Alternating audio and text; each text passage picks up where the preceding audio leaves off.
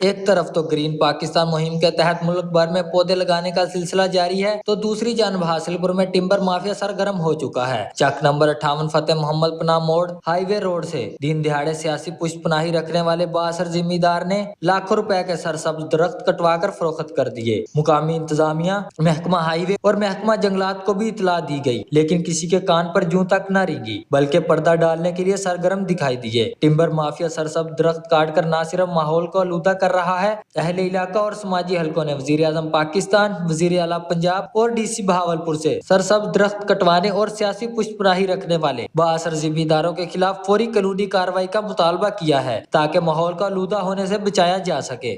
हम लाते हैं top news, आपके फेवरेट टॉक शोज और अनलिमिटेड एंटरटेनमेंट सिर्फ यूट्यूब पर। अगर आपने अभी तक हमारा चैनल सब्सक्राइब नहीं किया तो अभी सब्सक्राइब करें और बेल आइकॉन को क्लिक करके हमारी लेटेस्ट वीडियोस के बारे में अपडेट जानें।